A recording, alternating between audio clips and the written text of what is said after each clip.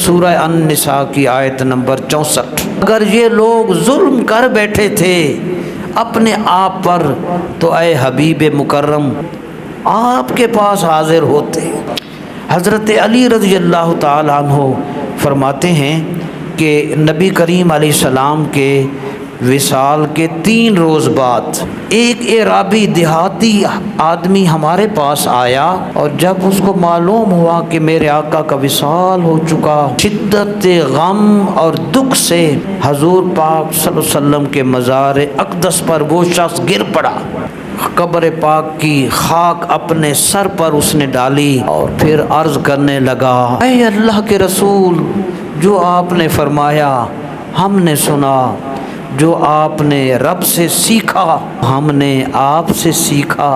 اور اسی قرآن میں یہ آیت وَلَوْ أَنَّهُمْ إِذ ظَلَمُوا أَنفُسَهُمْ جَاءُوكَ، لوگ جب اپنی جانوں پر ظلم کر بیٹھیں حبیب آپ کے پاس آ جائیں تو یا رسول اللہ میں نے اپنی جان پر بڑے ستم کیے، اب تیری بارگاہ میں حاضر ہوا ہوں، اے سراپا شفقت و رحمت یا رسول اللہ میری مغفرت کے لیے دعا فرمائیں۔